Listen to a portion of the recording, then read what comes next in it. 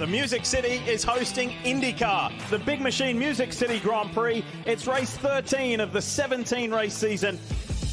Will didn't have his earbuds, was frantically searching for them. Green, green, green. We see green here in Nashville. McLaughlin at the front, but look at Colton Herta. He's diving hard on the inside. Newgarden and Kirkwood side by side into turn one here. Okay, the car's on alternates, so start and drop. The rear of the car is very, very roasty. Christian just came on the radio and said these are awful. They said the rear tire temps do look high, so the alternate's already starting to go away. Some kind of problem for David Malukas. The back wing is off of that car now. Smoke coming off of that engine. David, there is a fire. Get out of the car. Okay, Scotty, we're going to stay out. Ready for a very busy pit lane, but not everybody is taking. The championship leader is green, green, green. We'll get this restart underway. Colton Herta, Roman Grosjean side by side. Grosjean just got around Colton Herta and Kyle Kirkwood as well. In fact, Colton Herta's getting bounced to the outside wall. Will Power shoves it wide. Newgarden gets around. So does Scott Dixon. Colton Herta a pinfall on this restart. Something stuck the right front flat spotted heavily. Okay, we got an open box in front of us, a hitch mark. Kyle Kirkwood is in. He stayed out a lap later just to try and get some clean air. They're happy with the race car. They'll probably need some yellow, though, a little bit later on here. Car's ahead. Car going to pit, and then you will be the leader. We're going to have a change for the lead. It's not going to be a pass. Kirkwood takes over the race lead. Grosjean goes wide. That will open the door for Scott McLaughlin. Move McLaughlin to second place. His tires are gone. I don't know why tires are gone. Rossi, VK. Elbows out. Whoa! That could have been ugly. That guy's moving like in a straight line. It's terrible. The same lockup issue that Pato had. We have like an issue on the inside shoulder of our right front. It's going to go. All right, let's hit this lap. Kyle said these tires are gone, and they'll get off the alternates, go to the primaries. We'll just see where they blend out here. We're going to be racing the 10 cars out of the pits here. Look at this, Kyle Kirkwood, and there is the blue and white of Alex Pelosi. Oh, and we got trouble, guys. Linus Lundqvist has just hit the wall at the exit of turn number 11. I am so sorry, guys. Let's get ready. Let's go back to racing here in Nashville. Oh, we got a crash down here at turn 11. Of course, yellow. Pits are closed. 3 cars stacked on top of each other. I just crushed the wall there. Cold came right back in front of me. I'm out on ice. Absolutely nowhere to go. Red flag is out, guys. We are setting up for another Nashville showdown. Green, green, green. And it's another spectacular jump for Kyle Kirkwood. Kirkwood has gone. The race leader has bolted. The battle is all for second place behind him. Kyle Kirkwood, who wins in Nashville, Tennessee. Winner. Nashville hot chicken dinner, buddy. Good job. Hell yeah, boys. Good work. Good work. Win number 2 of the year. Come on, boys. Finish strong.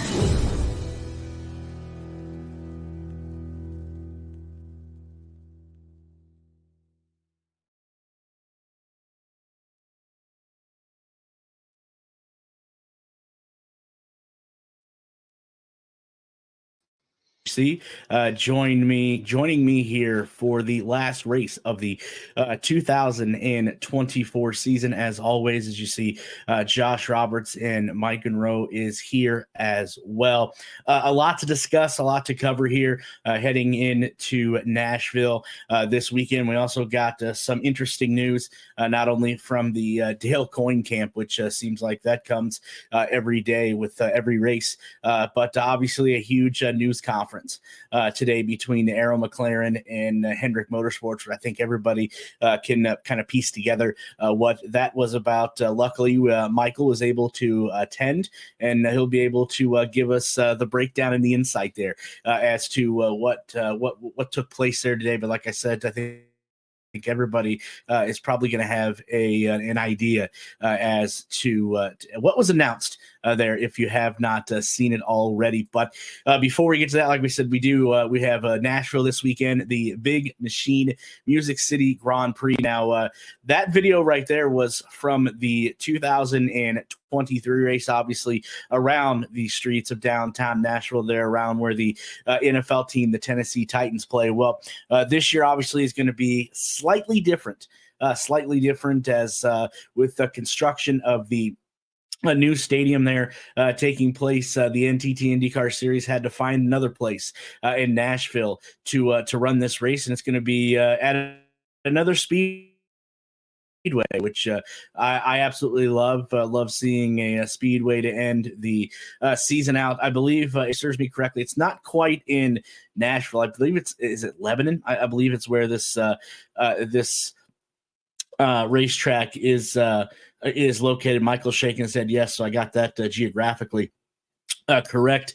We'll look more into that as well, and then also too, we have a huge championship to decide this weekend. It seems like it is down to two drivers, Alex Palou and Will Power. So we'll see how that shakes out. I'm sure we'll discuss that here as the show unfolds as well. But before we get into all that, like we said, let's bring in both of the other hosts here of the Push to Pass podcast.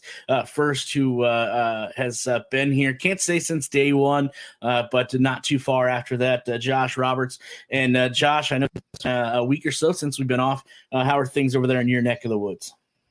Fantastic. Everything's good over here. Saturday was a little bit of a letdown, but Sunday was also a bit of a letdown. But Tuesdays are always a great time getting on here with you and Michael. And NASCAR has boogity boogity boogity, and I think the new phrase for as you can hear my son in the background for IndyCar is winner Nashville hot chicken dinner. I mean that just sums it all up. So can't wait to see what this race holds for us on this weekend, and we'll see who comes out with the championship.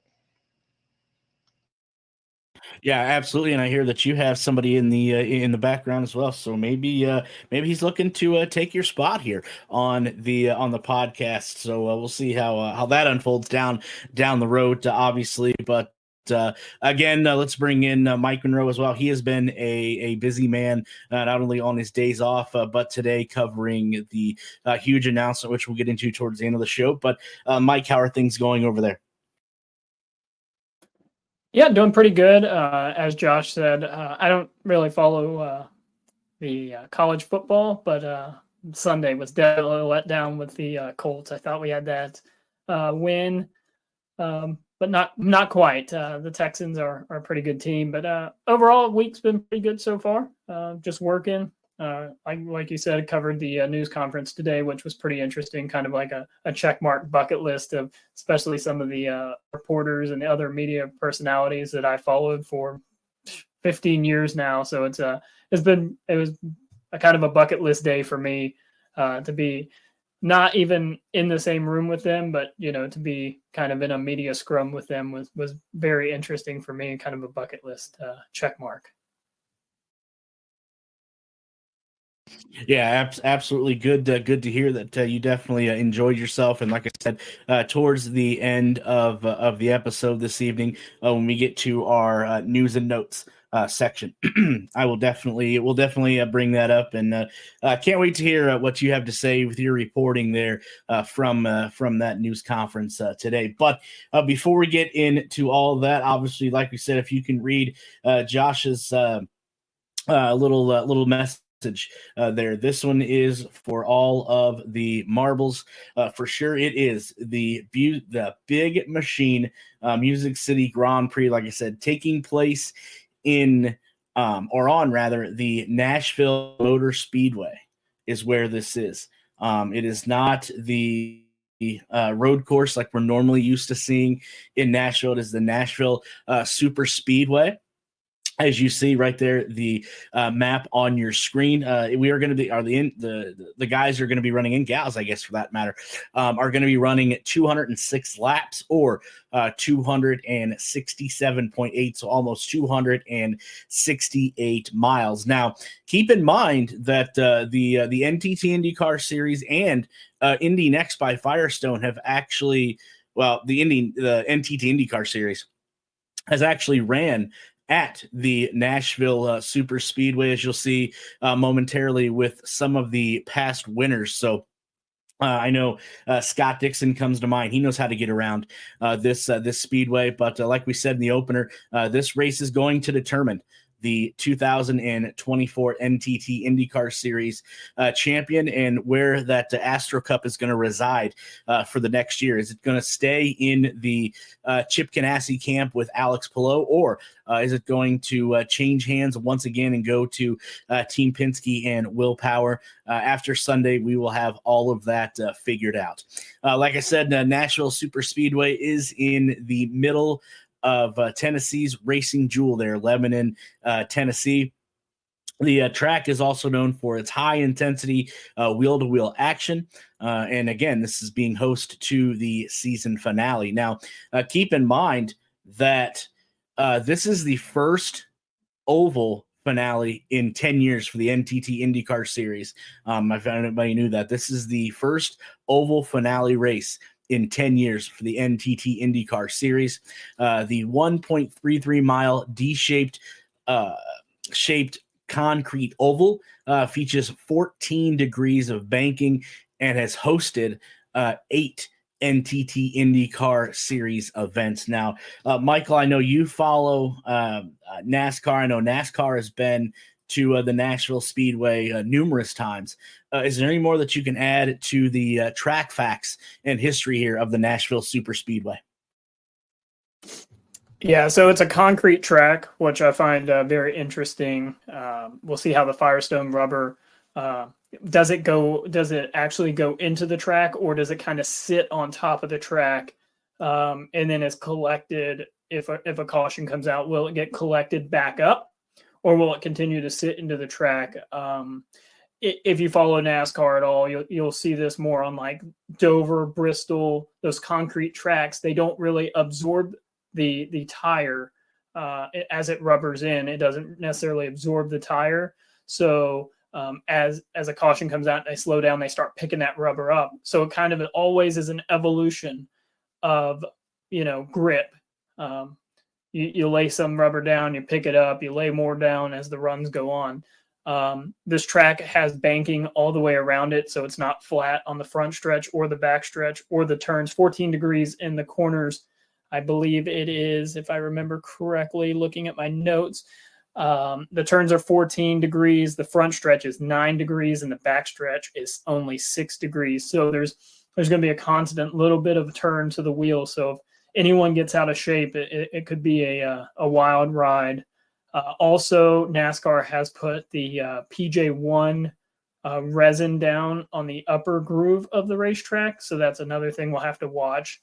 The Firestone tires seem to not like that as much. If we look back to Bristol, or not Bristol, I'm sorry, they use that at Bristol. But if we look back to the IndyCar races at Texas, that's been a challenge.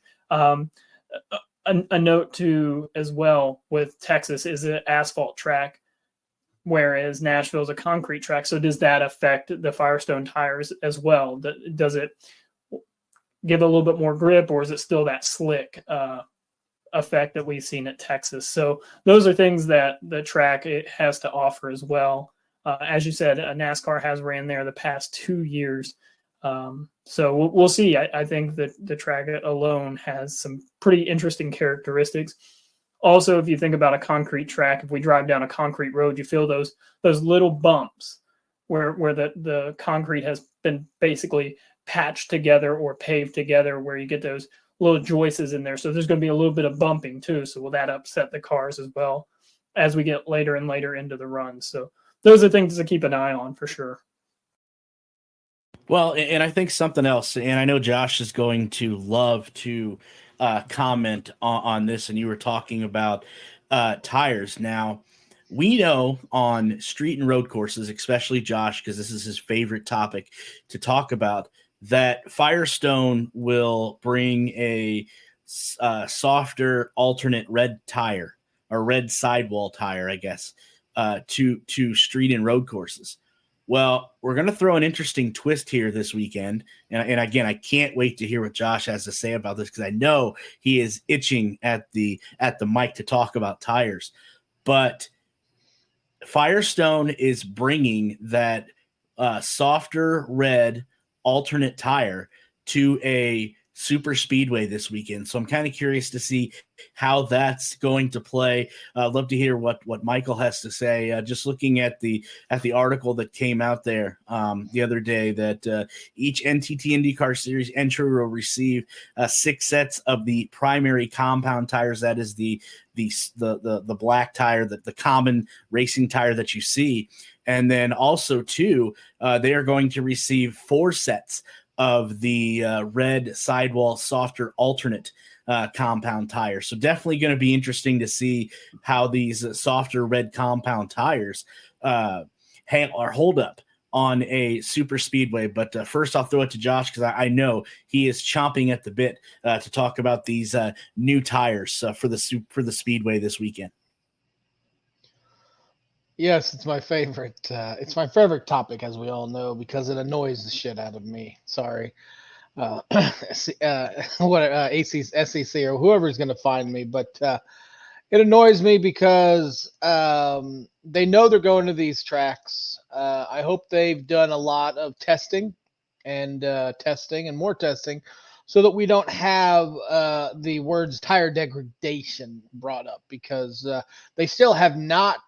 Nobody. They should put up, if they're going to put up big words like degradation, they should put a graphic that has what it means, because the average person doesn't know what tire degradation is. Just it's tire wear. It's tire. I mean, how the tires are holding up. And if this race ends up, all I hear every other third sentence is tires, tires, tires. I mean, it's going to be an annoying race, and I don't want an annoying race. I want a good race. I want this to be a fantastic oval race that determines who our true champion is. And if it comes down to one thing about tires or the new hybrid system, if that messes up and it messes one of the two contenders out of a title, it's you're going to hear from me on next Tuesday, and it's not going to be pretty.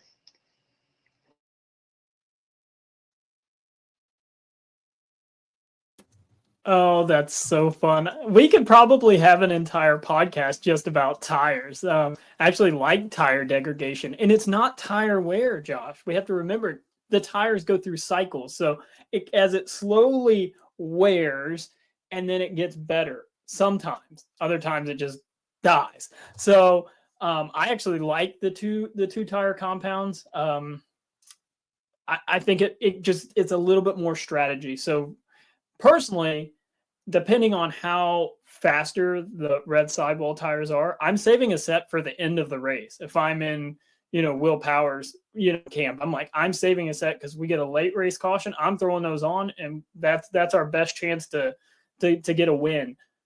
So yeah, for me, I think it just throws. You don't like the element of surprise with the tires, where I think it just adds to the stress of, those guys sitting on top of the box, and thinking about, okay, do I save the reds for the beginning of a run? Do I save them for the end of the race? What if we don't get the caution and I'm sitting here on a set of red tires that I could have used in the middle of the race?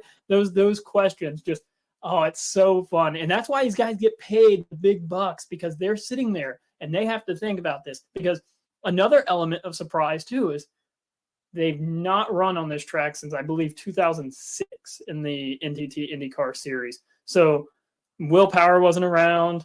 Pelot wasn't around. I think Dixon might be the only active driver that's in this race.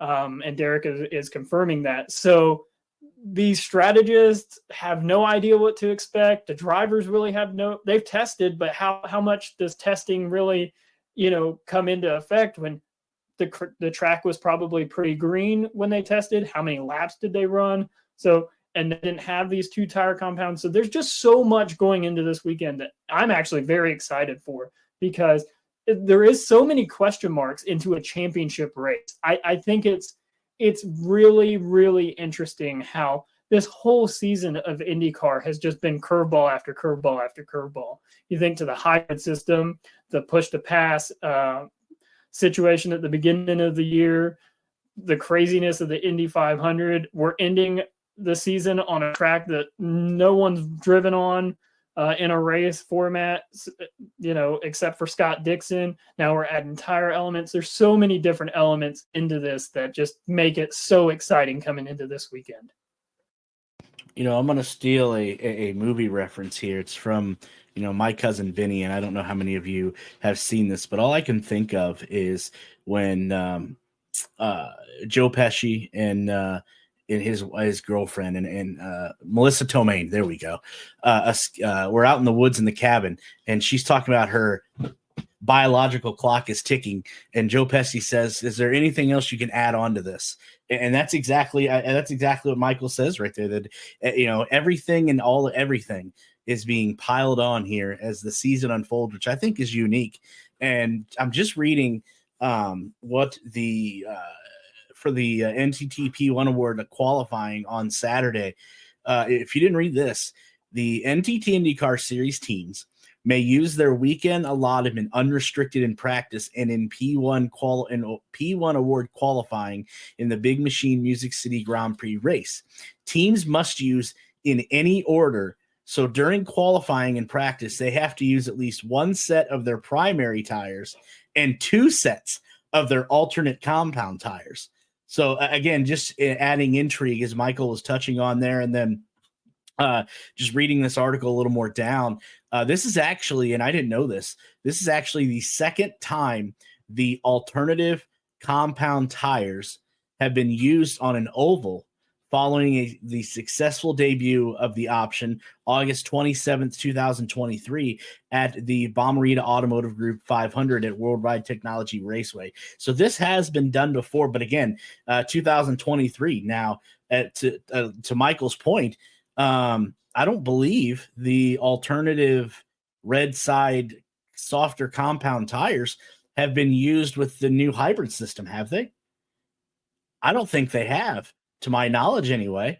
If they haven't, if that holds true and they haven't, there's no information on this.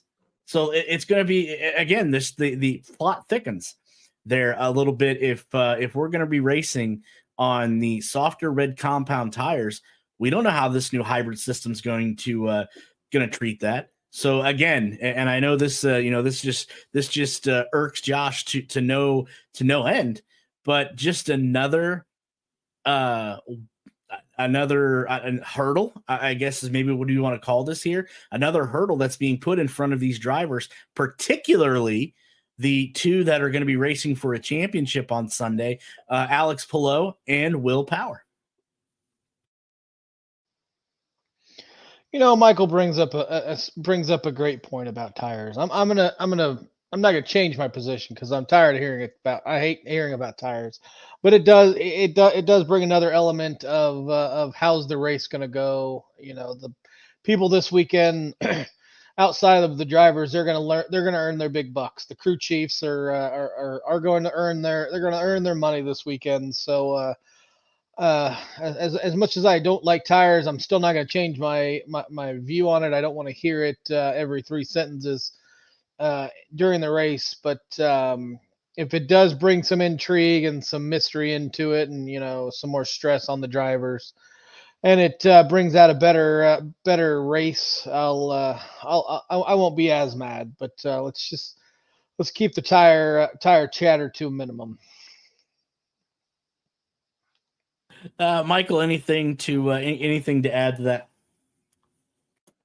No, I just think it's very interesting that they decided I don't know if it's necessarily last minute or that it's definitely last minute for the fans and members here on this podcast. I don't know if the teams knew about it beforehand, about this whole different tire, the alternate tire coming into effect. Hopefully the teams had a little bit of heads up before they just said, hey, we're releasing this. So, I don't think the alternate's been used with the hybrid system on the ovals. I know it has probably been used on the street and road courses, but on the ovals, it's untested. So I think it'll be definitely something to watch for going into the weekend. And there's another big element of surprise that we'll probably talk about here in a little bit. Yeah, definitely a lot of surprises here going into the season finale in Nashville this weekend. Getting back, obviously, to the race itself there, up on screen there is what the schedule is going to look like. A little bit of a abbreviated schedule there. Everything's going to get kicked off on Saturday around 11 a.m. where you're going to have just the one full practice session, and right before you get into qualifying there at 2:15, and then you're going to, as you've seen the last couple races there at Iowa and at where was the man? I just lost train of thought. Iowa and the other Milwaukee. There we go. Where you have that high line practice there for a half an hour, trying to get that second line to run, and then earlier in the evening, about 6 p.m., we're going to have that final practice session to get things tuned up for the race that is going to take place on Sunday around 3:30. So definitely in for a heck of a weekend here. Like we said, a lot to discuss, a lot to still resolve.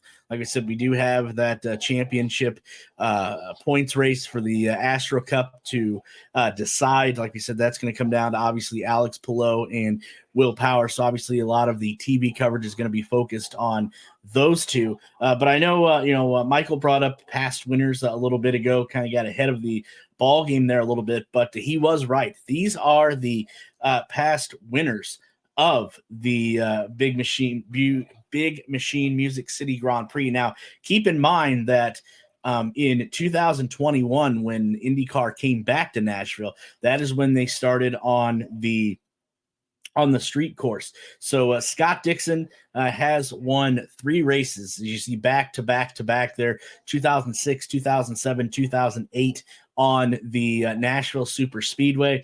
He also owns a win 2 years ago on the street course, and the only other 2 active drivers to pick up a win in Nashville, obviously Marcus Ericsson, the first race on the streets of Nashville in 2021. If you remember that, I think that was labeled Crashville, if memory serves me correctly. And then just in the show opener there, Kyle Kirkwood will be your defending race winner going into Sunday. So first we'll talk about the points race, because I know you guys have a lot to say there between Alex Palou and Will Power. Like I said, I know a lot of the TV coverage is going to be focused on those two and their positioning lap by lap. But what's your guys' takes, remarks on this points championship? How tight this is coming down to Nashville on Sunday? Me personally, I mean, earlier in the season, I didn't think it was going to be this tight. Going into that second race at Milwaukee, I didn't think that anyone was going to have a chance to catch Palou. But then the mechanical failure happened, and it threw a wrench into it. And now I am. It's going to be a great race. I think Will Power is going to be a formidable foe for Palou, especially seeing Palou does not particularly do well on ovals, as we've mentioned in the past. But I can't wait to see how these two behemoths of teams, take every single thing that they've learned over the years and put it into trying to wrangle the Astro Cup away from whether it be Will Power, wrangle it away from Palou, who's currently the defending champion, or whether it's Palou holding on to it and making him a back-to-back and a three-time Astro Cup winner. So I don't want to say I was happy that Palou had mechanical issues, but I'm excited that it's putting more spotlight on the championship. Had Palou gone out and not had any mechanical issues in Milwaukee on the second race on Sunday, and finished in the top 5 or so, there's a possibility Will Power may not have even be able to catch him, and this race would be so anticlimactic. But now throughout the race, I feel like they're going to have a counter up in the either right hand or left hand corner of the screen, and it's going to be live scoring of how close Power is, or how far away up in points Palou is. So it'll be interesting, and I know they're going to put on such a great race this coming Sunday. Yeah, I think this championship can be it can either be very interesting or it can be very lame, depending on how well Palou qualifies and runs. We did confirm last week on the show that if Palou finishes 9th or better, he wins the championship. No, there's no question about it. Will Power can lead every lap of the race and win the race, but if Palou finishes 9th, there's nothing Power can do at that point. Another driver we have to mention is Scott McLaughlin.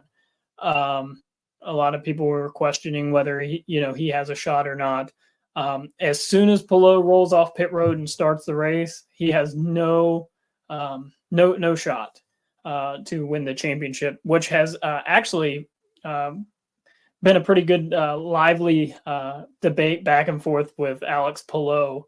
I've been following along with this. At one point, Scott McLaughlin tweeted out or posted on X, he wanted to lock Alex Palou in a porta potty, and then Palou fired back, and then Scott McLaughlin also has invited Alex Palou over for sushi this week. He says he knows a great fish guy.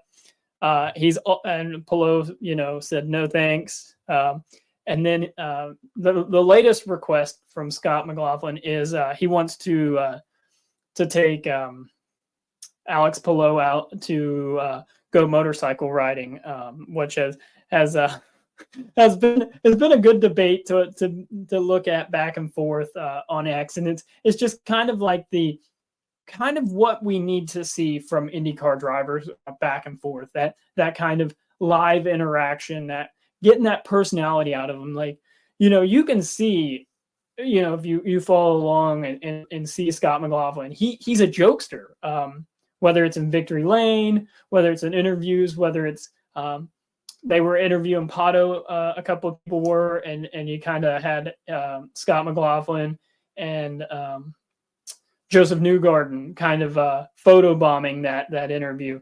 So this is the kind of lively stuff we need to see from drivers, because it does get that back and forth on social media, gets people involved and gets people talking about it. So while Scott McLaughlin is trying as hard as to kind of keep Palou off the racetrack, I don't think it's going to work. And it's just that lively back and forth. So that kind of knocks Scott out of championship contention. And we did talk about last week, Mike, our betting expert, he brought up the point, what happened if the push to pass situation didn't happen? Scott McLaughlin would be right in the thick of this. So it kind of started the season, kind of killed the end of the season before, you even got going. But coming into this weekend, I think Power's he's got to do it all. I mean, he's got to get that P1 award. He's got to lead as many laps as possible, because Josh brought it up. Palou is not great on ovals. He's good and he's consistent, but he's not great.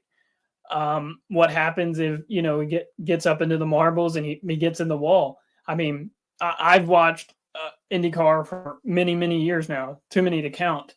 I don't want to say how many years I've been following it, because it'll show a little bit of my age. But if you remember back to when the season ended at Fontana, and you had Will Power and Dario Franchitti going at it, and Will Power hit the wall. He went into that race a few points out as well. And they, Team Penske worked as hard as they could to get that car back on track. Those are the small details that are going to, it could potentially cost Palou a championship or cost Will a championship. So those are the things that we're definitely going to have to watch for this weekend. And like we talked about with the tires and a track that these drivers haven't really raced on, it's super exciting. I'm so excited for this weekend's race. I can talk about this race for hours, because there's just so much hype and so much build up to this weekend. And for the championship to not be clinched, that even just adds an extra layer of how intense this race is going to be. Well, while you were talking about both of them in the pranks that Scott McLaughlin was trying to play on Alex Palou, You talked about Alex Palou has to finish ninth or better to clinch on Sunday. Well, looking at his average finish in 2024, and I'm going to steal a line from Josh, not to poo-poo on the Will Power fans, but Alex Palou's average finish this year is 6th. So, but we have seen Alex Palou struggle on speedways. So there is that caveat. But the season this year, like I said, his average finish is 6th. Now, I was just doing some comparisons of the seasons that both Alex Palou and Will Power have had. Between them, 5 wins. Alex Palou has 2 wins. Will Power has 3. They got 13 podiums between both of them. Alex Palou, 6 podiums this year. Will Power, 7. Alex Palou has actually led. He has led the least amount of laps between the two. Believe it or not, he's at 263. Will Power's led 422 laps this year, and they're both their average start and average finish are almost identical. Average start for Alex Palou this year, 7th. Average start for Will Power this year, 6th. Average finish for Alex Palou, 6th. Average finish for Will Power this year, 7th. So that's how identical these two seasons have been, both for Alex Palou and Will Power. And I think Michael brought up a great point, and I know we brought it up at the time when this whole controversy, when that cloud was over Team Penske, is what was going to happen when those points were deducted and we came down to Nashville, and the difference could have been the points that were deducted from that infraction. And obviously that has played a lot into maybe Scott McLaughlin, this being a 3-driver race for the championship and not just 2. So definitely a lot to still decide on Sunday there in Nashville for sure. But before we get back into that, we do have to say a couple thank yous. As we like to do here on the Push to Pass podcast. And a huge thank you goes out to both, first rather, Always Ready 1776. If you're looking for any patriotic apparel, headwear, and anything else, go check out Always Ready 1776, and you can find them on the World Wide Web at alwaysready1776.com. And if you do find something or pick out something that you do want to buy, make sure you use that promo code you see up there on your screen, Push to Pass, for 10% off of your order. Also, too, a huge thank you to Gettum Associates for all your home design, build, and remodeling needs. Remember, it's Gettum Associates, and you can find them on the World Wide Web as well at Gettum.com. And if you do choose to go with their services, use the promo code that you see down there at the bottom of your screen, Push to Pass, for $250 off any design service. So a huge thank you both to Always Ready 1776 and Gettum Associates for being proud sponsors of the Push to Pass podcast. So getting back to Nashville, I think we've covered this race and this track as well as we have.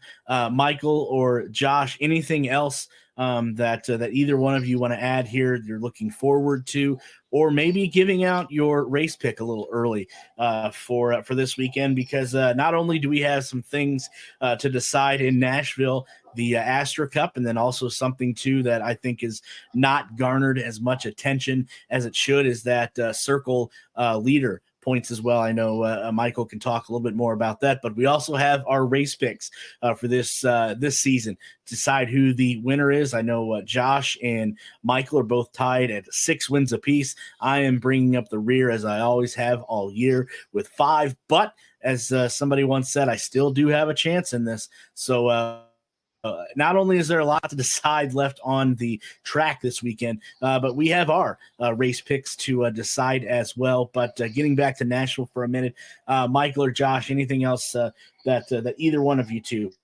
want to add here before we get to news and notes?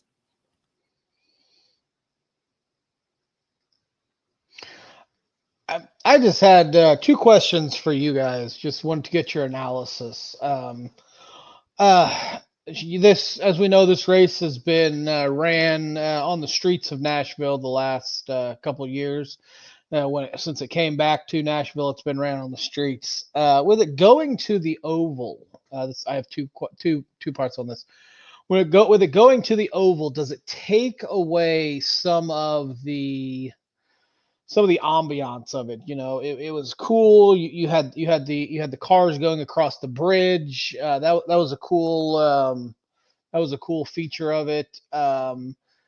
Does it take away? I know they had to take the break during the Olympics, but does it take away from just the pure the viewer's spectacle of going through the streets of Nashville? And second, with the race being in the second week of the NFL season, and the Titans are in town, do you think that the second NFL weekend, Titans being in town, is going to both hinder the viewership of this last race when it should be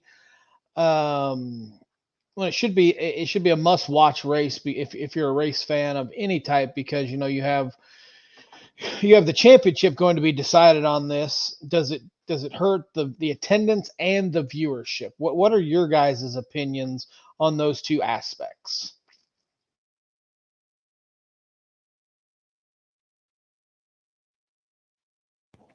Well, I think that's definitely a lot to break down. For this year, for example, there's been so many oddities.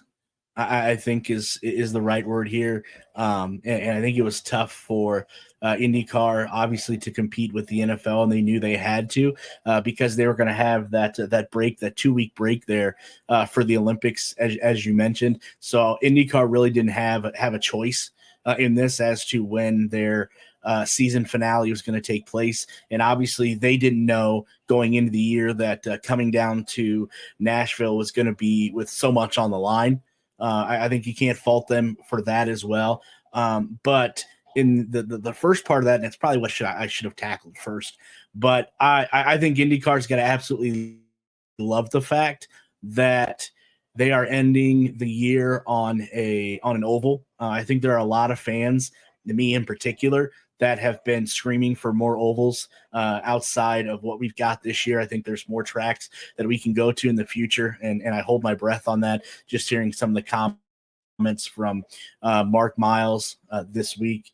So, we can talk about that another time. But I think IndyCar has to be excited that this points championship comes down to an oval, because if it came down to the streets of Nashville, obviously we know on a street and road course that if you're not within that top 3, top 4, unless you really hit on your pit strategy, you really don't have a chance to win the race. But on an oval, there are so many variables that can go wrong that you could have Stingray Robb win this race. Not going to say that's going to happen, obviously, but there's just so many variables that could go during this race that you could see that happening. So I think in one aspect, I think IndyCar's got to be excited, and I know this is a long-winded answer, but I think IndyCar's got to be excited at the fact that they are ending their season with a points championship. The race actually means something, and it's on an oval where you have a broader range of drivers that could win. But then on the flip side of that, obviously they know they have to compete with the NFL, and there's maybe not a product on this earth that's going to outperform the NFL. So I think in that aspect, I think it's got to be a little bit of a disappointment, but obviously, like I said, out of their hands due to the fact that the Olympics fell this year. Yeah, Derek, totally agree with the Olympics. If you look at the schedule that's been released for next year, the season ends at the end of August 31st. So really won't have much of the NFL to worry about, maybe a preseason game or something like that. I do think it will hurt attendance a little bit. We also have to look at the fact that, could you imagine the chaos that would have happened had this race been on the streets of Nashville, with Titans having a home game, this race being downtown? Do you kind of think maybe that was, I'm not saying, but do you think that weighed a little bit on IndyCar to move it out of the city? It's possible. It may not be. Obviously, it's not the reason they come out with, or it's the sole reason, but it could have played a little bit of part. I do think attendance will get hurt a little bit, but your diehard IndyCar fans are going to be there that live close. I mean, I'm sure there's people traveling from Indy to get down there to see this. I mean, it's going to be exciting. I think Derek's right that the road course would have been a good race. It's put on some good races, been a lot of crashing. So I think it would have put on a good race.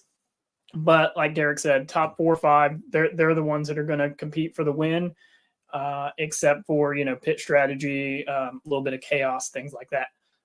So I do think that that's part of it. When I look at the NFL as a whole, Derek brought it up. Yeah, it's going to be hard to compete with that. I know, being a NASCAR fan as well, you look at the races towards the end of NASCAR season too, and you're like, okay, what markets are the home team in the area? That's going to affect attendance at the track and things like that. It's also going to hurt your TV attendance as well. So I think IndyCar played it smart, obviously, for next year, kind of ending right there before the NFL starts fully. It's going to help their TV numbers. Probably a big thing Fox wanted to do as well with carrying NFL. They carry 2 games. Some weeks they carry 2 games, at 1 and 4:30, so they couldn't guarantee IndyCar having a permanent location on Fox. So it is. I know it's long-winded, but yeah, I agree with everything that we've kind of all talked about. The one thing that I wanted to kind of mention about this race is we kind of are going to have to watch that pit road delta, because Derek, you brought it up. Stingray Rob could win this race if they play a long game and they stay out, and everyone's pitted and a caution comes out, and you've got drivers trapped a lap or 2 down. That's going to play a big role in the race. And realistically, besides the leader circle that Derek touched on, what does Stingray Rob, what does Pietro Fittipaldi kind of have to lose going into this race? Run it long as you can, maybe catch that caution and trap everyone a lap down. It could be a big win for them. So these are things that you look at, someone that's dug into the sport for a while, kind of look at that, like, what do they have to lose? This is it. This is the last race. So like I said, I could talk about this for hours because it's just so exciting. There's so much to look at. And we can take a dive, Josh, back into this here. But great segue here. Somebody that does his research as well. Michael is joining. Mike is joining us here from a remote location. Okay, I'll tell you, it's his beach house on Miami Beach. I'll tell you. Okay, that's where it is.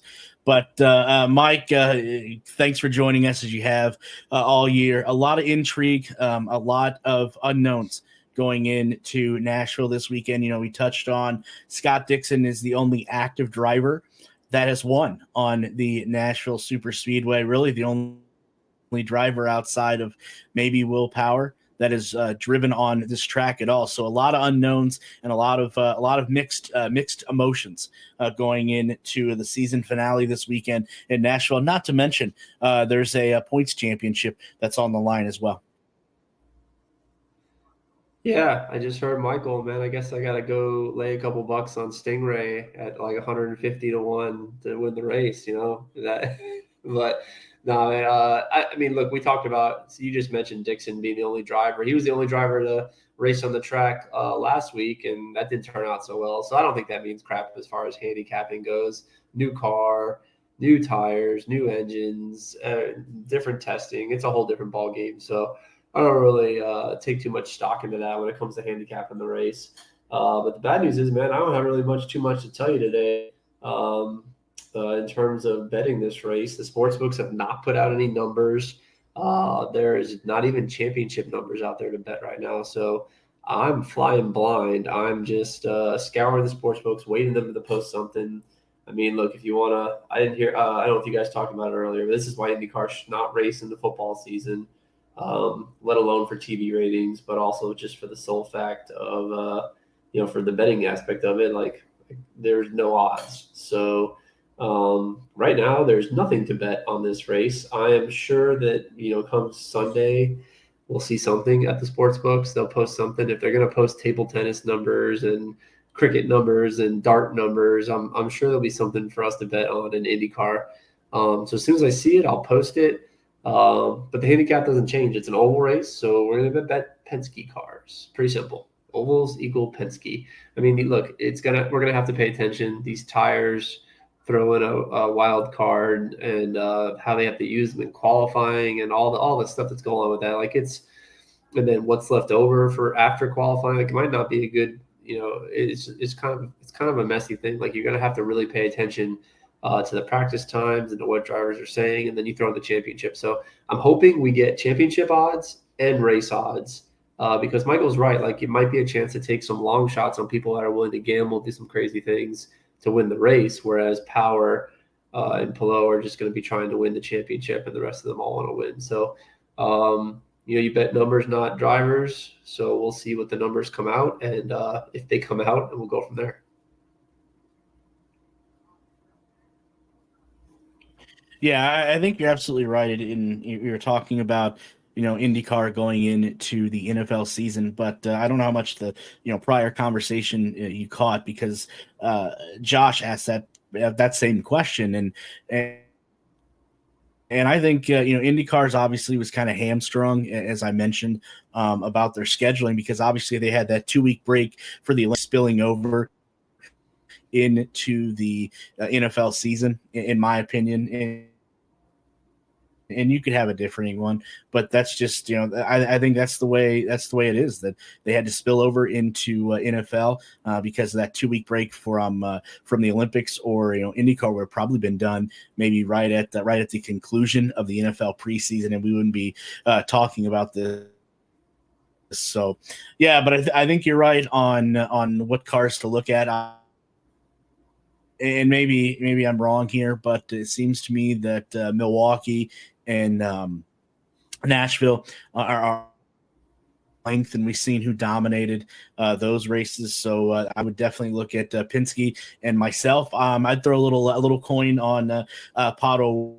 Obviously, he's got a lot to prove, and they need a lot of momentum going into 2025. But again, that's just my opinion.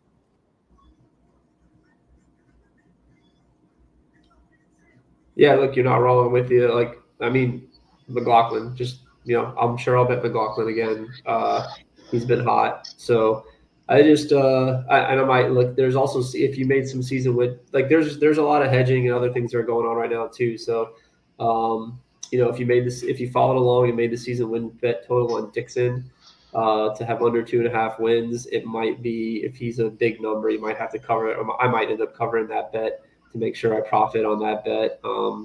Gonna cash the Pillow bet no matter what happens with him, so feel good about that. But I have championship futures on Will Power. I recommended betting him at 9-1 after or before the 500. So if anybody's got that ticket, I do. Then you might want to consider betting Pillow if they hang like an even money or a minus number on him to lock up some profit. So might let it ride too, depending on what the numbers are and how little. It's not a huge bet, so have a little gamble depending on what you bet. So yeah, I'll send it all out there. Follow on Twitter. As soon as I see any sort of betting numbers, I'll post them, and then I'll post thoughts. And hopefully, come Sunday, we're betting IndyCar and football. Yeah, definitely love the mix. Can't wait to see what you and Tony potentially have in store for this weekend when it comes to the IndyCar series. But Mike, as always, a huge thank you from all of us having you here all year, helping us handicap what has been a interesting 2024 NTT IndyCar Series season, and obviously looking forward to what's to bring in 2025. But again, huge thank you for stopping by as you did on a weekly basis, and look forward to having you in 2025. Yeah, boys, it's been fun. Appreciate you having me on. Appreciate getting to talk betting. Hopefully hopefully it keeps growing. Every year I'm optimistic we're going to keep getting bigger and bigger and better and better, and more people are going to, maybe IndyCar will embrace it. We'll see BetMGM on the side of a car like we do in some other sports and racing, and or some other gambling sites, DraftKings, FanDuel, you name it. Hopefully IndyCar gets their act together and gets their heads out of the sand. I'll keep kind of pumping those tires, and then we'll get more and more people enjoying as sports betting gets bigger and bigger. Hopefully it also correlates with IndyCar getting bigger and bigger. So appreciate the time, and hope everybody made some money this year. I know it's been a really good year for me with IndyCar, so hopefully everybody followed along a little bit and made a couple bucks as well. So see you guys next season. Thanks, Mike. Later, Josh. Later.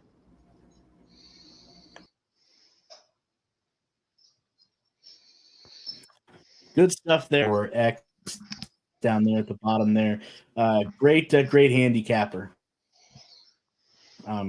He's been here since day one, and when we need betting news or handicapping news when it comes to the NTT IndyCar Series, that is definitely someone that all of us turn to for that. Getting back into the topic Josh brought up before Mike joined us, and before we have our official weatherman join us as well. Josh, the answers that me and Mike both gave you, anything that you want to add or rebut from that? No, I mean I pretty much have the same thoughts you guys do.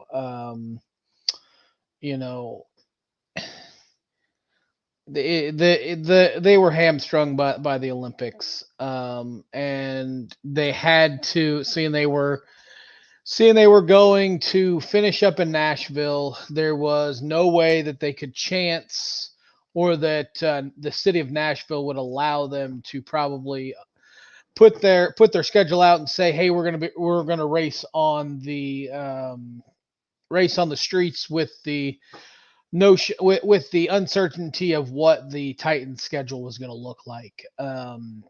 Because the NFL is king in this country. Nobody else can top it outside of maybe a Taylor Swift concert in attendance or viewership. I'm sure if you put a Taylor Swift concert live somewhere, you'd have like 1 trillion people watching it. So I mean, they are hamstrung. One question I would have is if Fox had taken over and was in charge of the IndyCar season this year, would they have put IndyCar on hold for 2 weeks like NBC did? And I know NBC had the Olympics, but I'm sure they could have given up one Sunday where there was the equestrian finals or the rock climbing, I'm going to climb up a wall finals for the gold medal for a couple hours, to give IndyCar one race so that they wouldn't have to run into this conundrum of running against the NFL. But the Olympics are a once every 4-year thing, and NBC has so much money invested in it. So I guess they showed that the Olympics are more important than IndyCar, who brings them constant money, whereas the Olympics only brings them money every 4 years. And I don't even know if they get if they make any money off of it over the partnership. So I agree with you guys. I hope that the stands are full, that some of the that there's a good contingency of die-hard IndyCar fans. I know my uncle and his friends are going down this weekend, so they'll be there for the race, and I hope the viewership is great. So I hope it's on I'm assuming, is it going to be on Peacock, or is it on NBC or USA today, or have they announced if is it going to be on CNBC maybe? Well, I think you're right in the fact that if Fox was carrying the NTT IndyCar Series, I don't think they would have taken rather a 2-week break. But it's actually on NBC. But NBC, Josh, knows how important water polo is to you, and they don't want you to miss any of that. So that's why the NTT IndyCar Series took a break that it did. But yes, on Sunday, the race is going to be on NBC. So we'll see how that works out on the major network for one last time before making that transition there to Fox in 2025. But yeah, Josh, NBC cares about you because, like I said, they didn't want you to miss the championship water polo match. That's why they put the hang on. You're gonna get me. You're gonna get me on the wrong side. We'll get to some news and notes before the weather man. Checked in one last time for Nashville this weekend. We got a to share. First and foremost, again, we talked about this earlier in the opening segment, and it's a running joke. I mean, we try to be serious on here, but it's kind of been a running joke all year that when Dale Coyne needs a driver, it seems like to us that he just puts a headshot, like a glamour shot of a driver on his dartboard, throws a dart, and whatever dart it lands on, well, that's going to be his driver this weekend. Well, apparently that dart landed on Catherine Legg because she is going to finish out the 2024 season for Dale Coyne in the number 51 Elf machine there for the season finale this weekend at Nashville at the Super Speedway there for the Big Machine Music Grand Prix. Guys, any thoughts on Dale Coyne? Again, throwing that magic dart there and landing on Catherine Legg to be the driver this weekend. Ho, ho, ho, Dale Coyne Racing. You are the Dollar General of racing entities just because you have stuff laying around in all the aisles and you come across something and you choose that. I mean, you have no idea, no organization, no figuring out of who you want to be your permanent drivers. And as we keep saying, darts on a dartboard, turn your back, throw it against the wall. Whoever it chooses, that's who it's going to be. Michael, I'm assuming you have strong feelings about this also. Yeah, what it basically comes down to dollars and donuts, I guess, or I guess dollars and lipstick if you want to go that way. But it is great partnership that Elf has come on and has kind of really helped, grow their brand and help to, bring more fans into the sport, women into the sport. I do think it's great. Now, I did see something on X. I don't know who it was from. I apologize for not getting the name. It does seem like Jack Harvey won't be back next year at Dale Coyne. I'm not sure if he's going to another team or anything like that. And that's just what I've seen. I don't have any concrete conclusion on that or anything. But yeah, we've talked about it on here multiple times. Dale Coyne just has to find someone that can bring some money into the team that he can put in a car a full season to get repetition, to get the team repetition with the same person year in and year out. So, I mean, with Harvey, possibly, out of that ride or maybe not, in it full time. Dale Coyne has just got to find someone that can at least one of their cars that can be a full-time driver that can bring some consistent momentum and just gelling with the team, because I'm sure it's hard for the team too. I'm sure Dale Coyne doesn't want to be in this situation where he's got 6 or 7, 8, 10 different drivers every other weekend at someone different. I'm sure it's not his idea of running an IndyCar team. I'm sure he would love to have a big sponsor. Maybe we can call MGM like Mike talked about and get them on a car. It's just, and until he can find someone that can come in and bring that funding to kind of help build that team, it reminds me of a start and park team from NASCAR. If you followed back in the 2008s, 9s, and 10s, where someone would just show up, They would start the car, they would run 2 or 3 laps, and they'd park it, and they would do that all year. And I hate to say that because Toby Sowery had a great run. Catherine Legg did pretty well in the first or the second race. Jack Harvey's had a couple of good runs for the team. So I don't want to compare them to someone that just shows up and runs 2 or 3 laps, but it is a team that needs the funding. And that's what he's looking for, is someone that can bring some money to keep the cars on the racetrack. So if he could find one driver, I've heard a few names, but like I said, nothing concrete, but someone that's got some funding that can stick in the car all year. That would be preferred for him, I'm sure. So yeah, that the 51, Russian roulette is pretty crazy, but we'll see what happens in 2025. And I know this is going to be maybe controversial because I know there are a lot of IndyCar fans out there that don't want to see this, but I wonder if the charter system would be the preferred way to go for Dale Coyne Racing. I just wonder about that. But before we wrap up our preview of Nashville this weekend, we got one more item of business to take care of, and I see Michael shaking his head no, so I must be completely wrong. But our official weatherman, you can catch him over on X or Twitter, depending on what generation you grew up in. But weatherman, please tell me that you have some nice but cool. Well, good evening, gents. So the temperatures look good. That's about the best I could do with this forecast for right now. As I mentioned in my X or Twitter post, the forecast this weekend really all hinges on that tropical system that we got brewing down there in the Gulf of Mexico.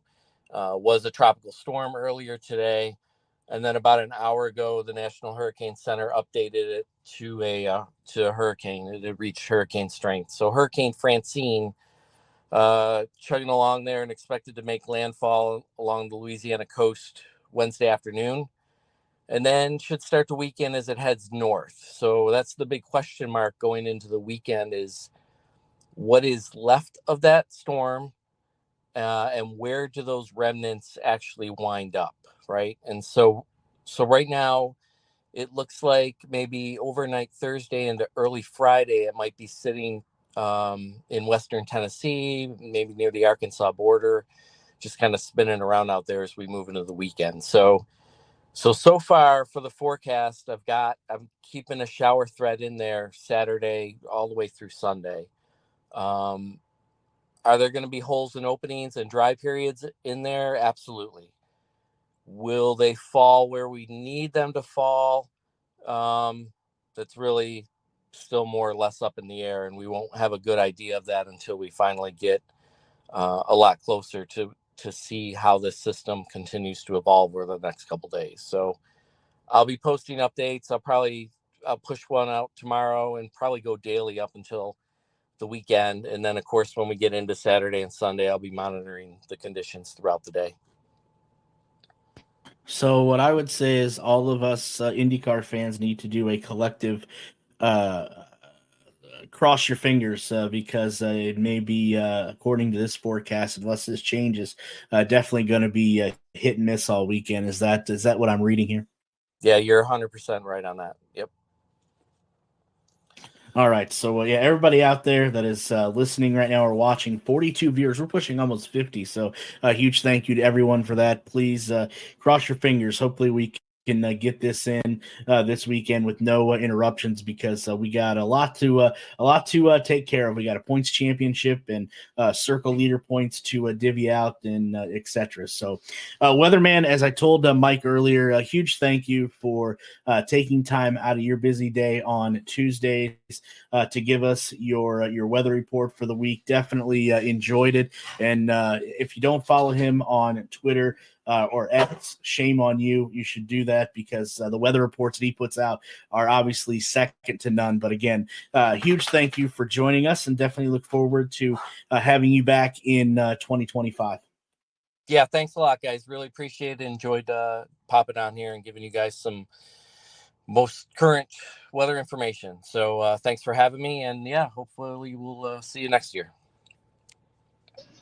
Thank you. Thank you. Hey, you guys have a great night. All right, good stuff as always. Make sure you are following him on Twitter for the latest updates going into the weekend. Now, Michael, I was talking about charters, and we'll touch on that real quick before we get into our when we get on out of here for this evening. You were shaking your head. No, not a. Would that not be the right call for Dale?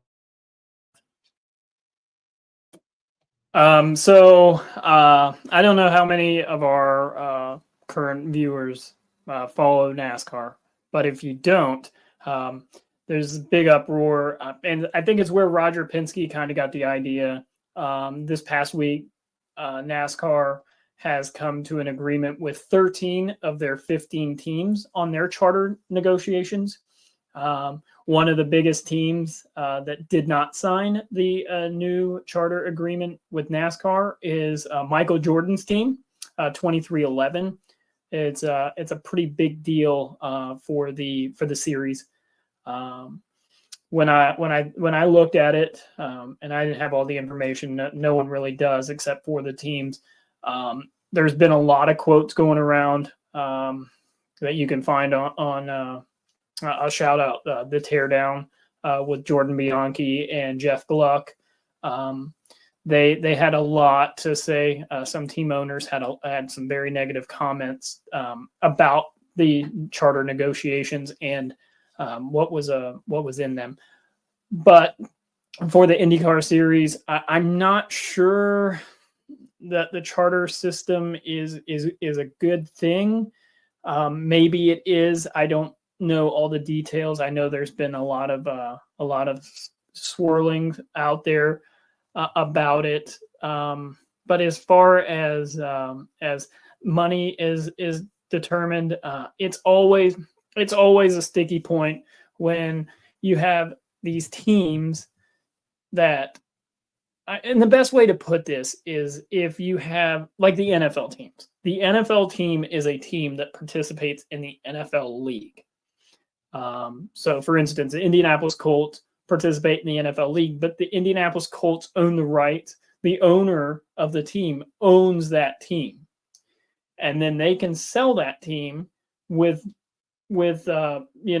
there's a system they have in place where the other team owners get together and things like that. With NASCAR, it's like, this is our league. It's a kind of a pay to play kind of thing. Like we run the show, and IndyCar, if they go down the same road, it's where we get into this gray area of like, well, how much can teams make? And it just comes down to dollars and cents. And the charter system, while it realistically, most fans know nothing about it, which kind of is an issue in itself, because realistically in NASCAR, all the charter system does is guarantees 36 teams entry into every single race, and NASCAR pays out based on the overall ownership of that charter for the last 3 years. That's the gist of their charter system. And I guess there's other things that fans don't know. And do we need to necessarily know? Probably not. But the whole charter system is just, it's kind of confusing. And it's just another element that realistically shouldn't, I'm under the belief it just shouldn't be public. That's my whole thing. The charter system should just kind of be between the owners of the teams and the league that has been run, whether it's IndyCar, NASCAR, the NFL. Those are things that the fans don't need to necessarily worry about or know. Like all the fans really care about is that my favorite driver's car is going to be on the racetrack on Sunday. That at the end of the day, that's all fans care about. Yeah, fair enough. I agree. I think you're absolutely right there, and now a better understanding of how the charter system works for sure. One last thing before we need to get on out of here.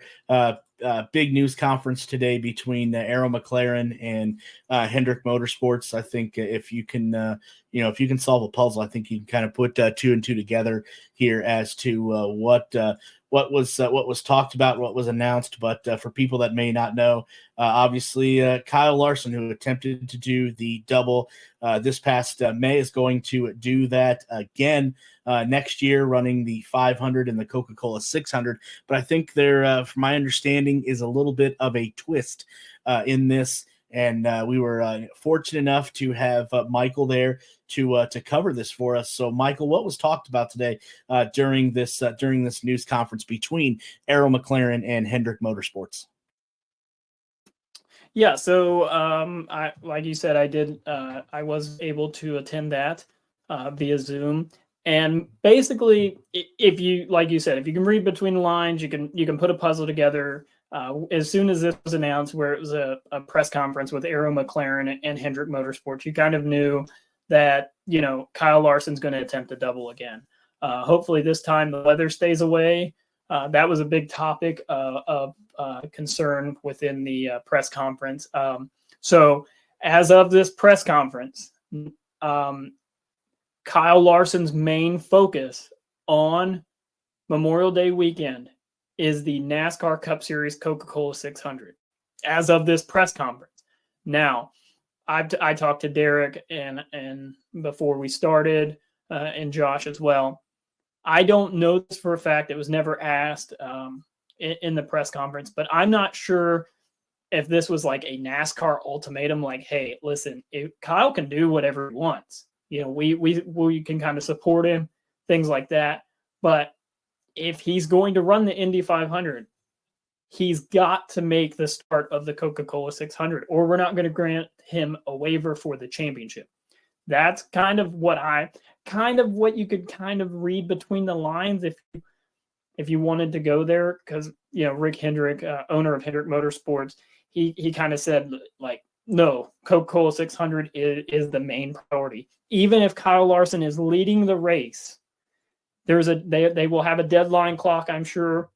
There was a lot talked about as far as logistics. They did learn stuff from this year that they're going to implement next year. But as far as that time, when that clock hits that time where they know for a fact we're going to get Kyle Larson from here to the helipad, to the pit road, into the car.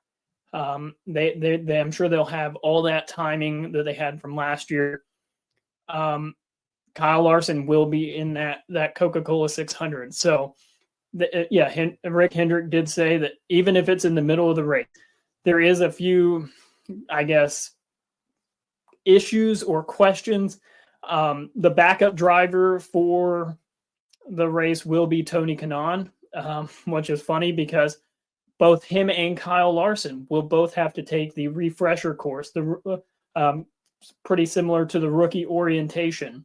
Not every step will have to be completed by either one, but both Kyle Larson and Tony Kanaan, an Indy 500 winner, will have to take the refresher course.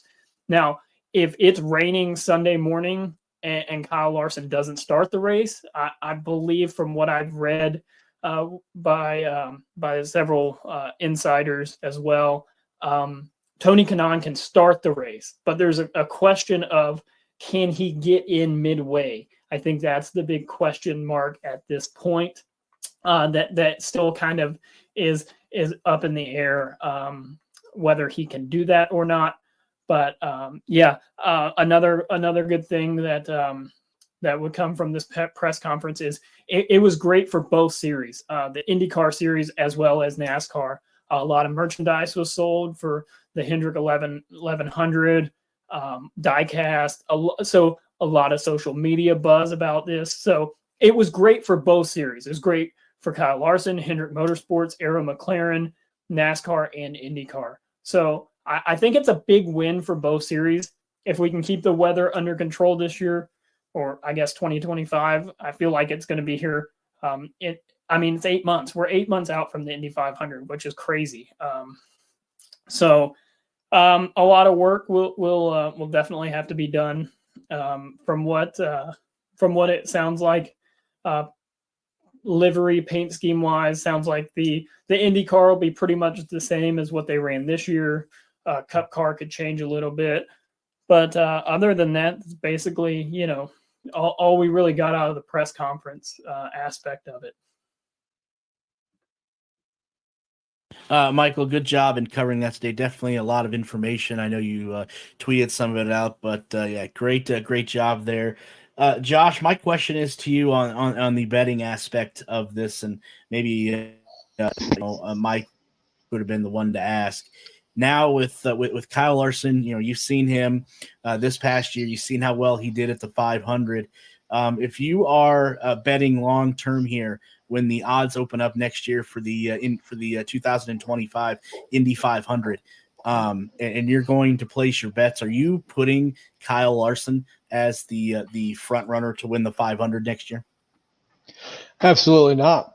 I'm putting him as a top 10 per betting odds, but I mean, as great as Kyle Larson is, and we say you give him something that's got an engine and goes, and he can drive it.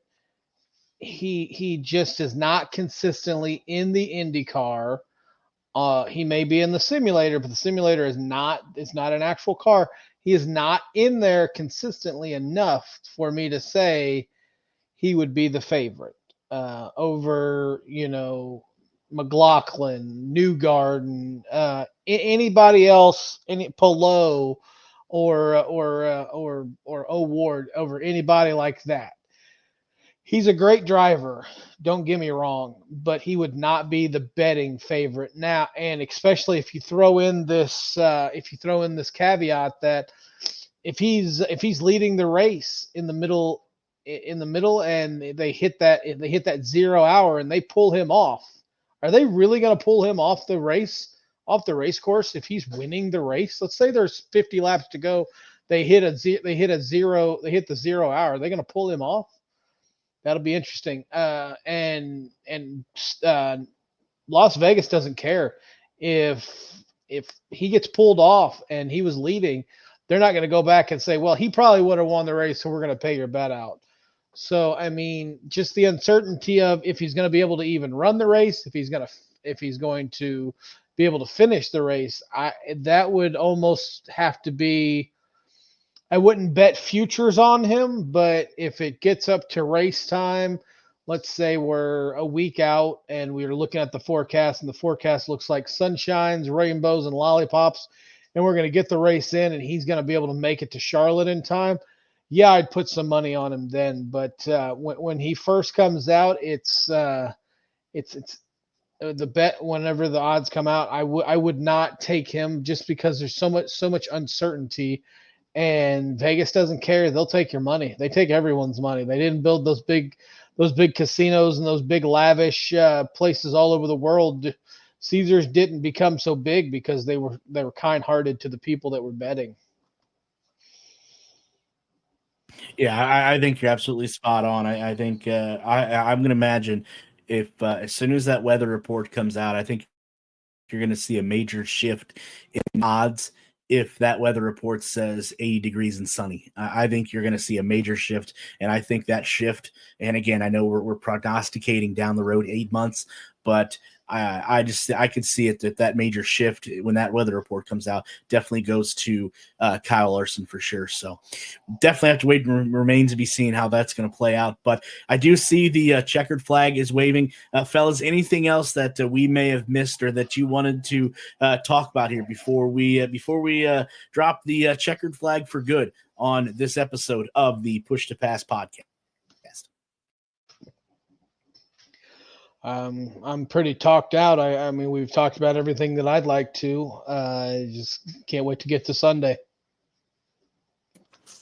Yeah, I agree. As much as I could talk more, Josh has talked out, and I know we all have to get up and go to work tomorrow. But yeah, I'm just excited for the race weekend. I guess just make sure you guys follow Push to Pass podcast on X and all three of us, and we'll be tweeting, I'm sure, quite a bit. I know I will be. I just I'm excited. I mean, I don't know how to explain it any other way than that. Just a lot of good things looking up for the IndyCar series. Yeah, and I share the same sentiments as the other two fellows do. Definitely a lot to settle this weekend. We have a Astro Cup to hand out. We're going to have leader circle points to hand out. But most importantly, after all that, we're going to see who is the 2024 Push to Pass podcast race picks champion as well. So huge thank you to Mike for joining us, for the weatherman for joining us as well, and then for Josh and Michael for joining us all year. Huge thank you to both of them. And then for everyone out there that tuned in this evening, we got up to about 50 viewers. So huge thank you to everyone that tuned in or that will listen to a replay of the show as well. And you can find them on all of your major podcast outlets. And you can also go to the social media pages that you've seen scrolling down on the bottom of your screen. Make sure you like and subscribe to those as well. So for myself and Josh and Michael and everyone else that makes up the Push to Pass podcast, we'll be back in 1 week's time to talk, analyze, and discuss what was the Big Machine Music City Grand Prix from the Nashville Super Speedway. So until then, so long, everybody. IndyCar Series returns to the Nashville Super Speedway. They are dicing it up. Guys like Newgarden and Kirkwood going wheel to wheel. One guard to the inside of Alexander Rossi. Grosjean goes wide. That will open the door for Scott McLaughlin. It's going to be tight, but it looks like Kyle Kirkwood's going to sneak by. Winner. Nashville hot chicken dinner, buddy. Good job. Listen to the Big Machine Music City Grand Prix live this Sunday.